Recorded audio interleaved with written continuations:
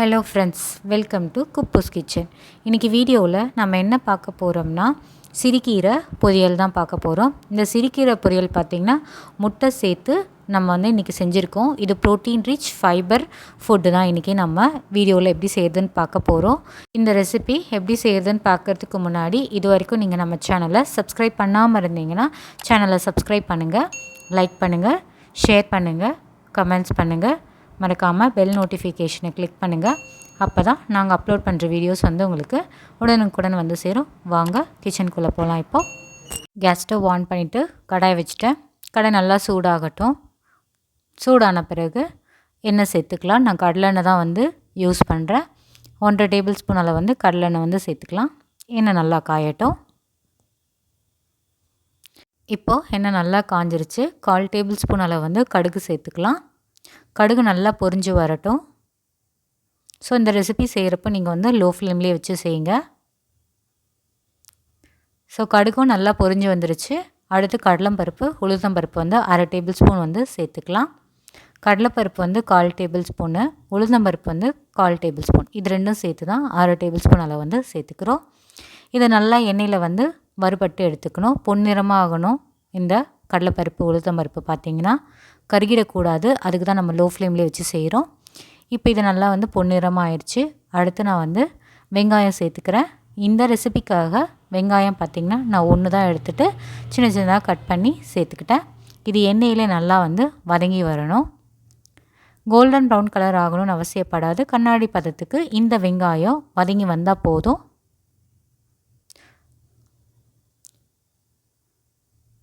அடுத்து பூண்டு சேர்த்துக்கலாம். இந்த ரெசிபிக்காக நான் வந்து பெரிய சைஸ் பூண்டு வந்து 3 எடுத்து நல்லா தட்டி போட்டு சேர்த்துக்கிறேன். பூண்டு சேர்த்துட்டு நல்லா வந்து வதக்கி விடணும்.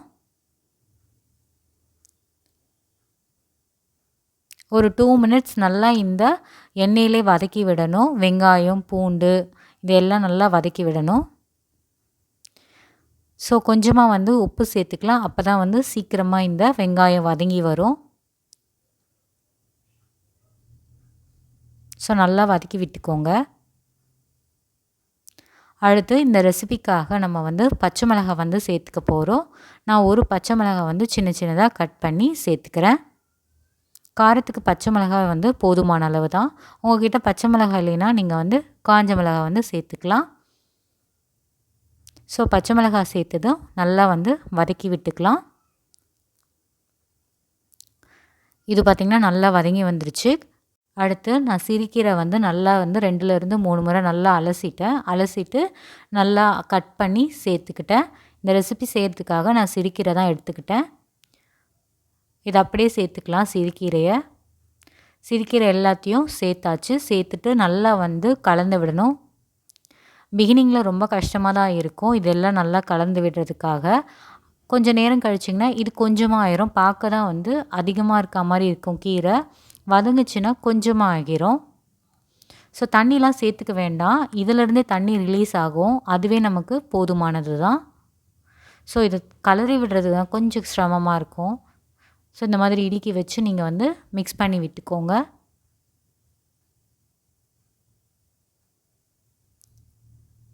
ஸோ இப்போ நல்லா வந்து கலந்து விட்டாச்சு.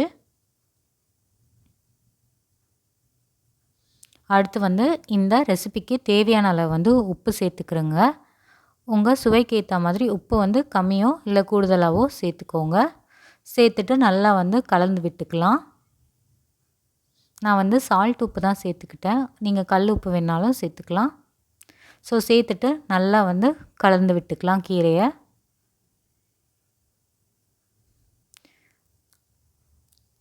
அடுத்து ஒரு லிட்டை போட்டு க்ளோஸ் பண்ணி வச்சிடலாம். ஒரு 3 மினிட்ஸ் அப்படி நல்லா வேகட்டும். அப்போ தான் ஈவனாக குக் ஆகி வரும் நம்ம கீரை பார்த்திங்கன்னா. 3 மினிட்ஸ் கழித்து நம்ம எடுத்து பார்க்கலாம். இப்போ பாருங்கள், ஆல்மோஸ்ட் வந்து ஒரு 70% குக் ஆயிடுச்சு கீரை. இதை நல்லா வந்து கலந்து விட்டுக்கலாம். இந்த கீரையிலே வந்து ஹைலைட்டான ஒரு ரெசிபி பார்த்திங்கன்னா இந்த முட்டை தான். நான் இந்த ரெசிபிக்காக 2 முட்டை வந்து எடுத்துக்கிட்டேன். அதை நல்லா வந்து பீட் பண்ணிக்கிறேன். இந்த மாதிரி ஸ்பூன் வச்சு நல்லா பீட் பண்ணி எடுத்துக்கோங்க முட்டையை பார்த்திங்கன்னா. உங்களுக்கு 2 முட்டை தான் போடணும்னு அவசியம் இல்லை. நீங்கள் 3 கூட சேர்த்துக்கலாம். ஸோ முட்டை வந்து நல்லா வந்து அடித்து கொண்டு வந்துட்டேன். இப்போ முட்டையை வந்து சேர்த்துக்கலாம். சேர்த்துட்டு நல்லா வந்து கைவிடாமல் மிக்ஸ் பண்ணி விடணும். இந்த முட்டை வந்து நல்லா வேகணும். ஸோ இது வந்து ப்ரோட்டீன் ரிச் ஃபுட்டு பார்த்திங்கன்னா ப்ரோட்டீனும் இருக்குது, ஃபைபரும் இருக்கும். ஸோ நமக்கு வந்து டபுள் பெனிஃபிட் தான். எப்பயுமே கீரை வந்து ஒரே மாதிரி சாப்பிட்றத விட இந்த மாதிரி டிஃப்ரெண்ட்டாக செஞ்சு சாப்பிட்டு பாருங்கள். ரொம்ப சூப்பராக இருந்துச்சு. நான் சாப்பிட்டு பார்த்தேன். அவ்வளோதாங்க. கேஸ் ஸ்டவ் வந்து ஆஃப் பண்ணிடலாம். டக்குன்னு வந்து ரெடி ஆயிடுச்சு. ரொம்ப சிம்பிளாக குயிக்காக செய்யக்கூடிய ஒரு ரெசிபி தான் இன்றைக்கி நம்ம பார்த்தோம். அரைக்கீரை முட்டை பொரியல் தான். இது வந்து சுட சுட ஒரு பிளேட்டில் வந்து சர்வ் பண்ணிடலாம். இதை சாதத்தோடு நீங்கள் பிசைஞ்சு சாப்பிடலாம், இல்லை குழம்பு சாதம் இதனோட பொரியலாகவும் வச்சு சாப்பிட்டுக்கலாம். ரொம்ப அல்டிமேட்டாக இருக்கும். ஸோ இந்த ரெசிபி கட்டாயம் உங்களுக்கு பிடிச்சிருக்கும்னு நான் நினைக்கிறேன். குழந்தைக்கு வந்து கீரைலாம் பிடிக்காது அப்படின்ற பட்சத்தில் இந்த முட்டையை சேர்த்து கொடுத்திங்கன்னா சாப்பிடுவாங்க. உங்களுக்கு இந்த ரெசிபி பிடிச்சிருந்தால் மறக்காமல் சேனலை சப்ஸ்கிரைப் பண்ணிவிட்டு சப்போர்ட் பண்ணுங்கள். இதே போல் உங்களோட ஃப்ரெண்ட்ஸ் அண்ட் ஃபேமிலிக்கும் இந்த வீடியோ ஷேர் பண்ணுங்கள். இதே போல் வேறு ஒரு டிஃப்ரெண்ட்டான ரெசிபி வீடியோவில் நம்ம சந்திக்கலாம். பாய்.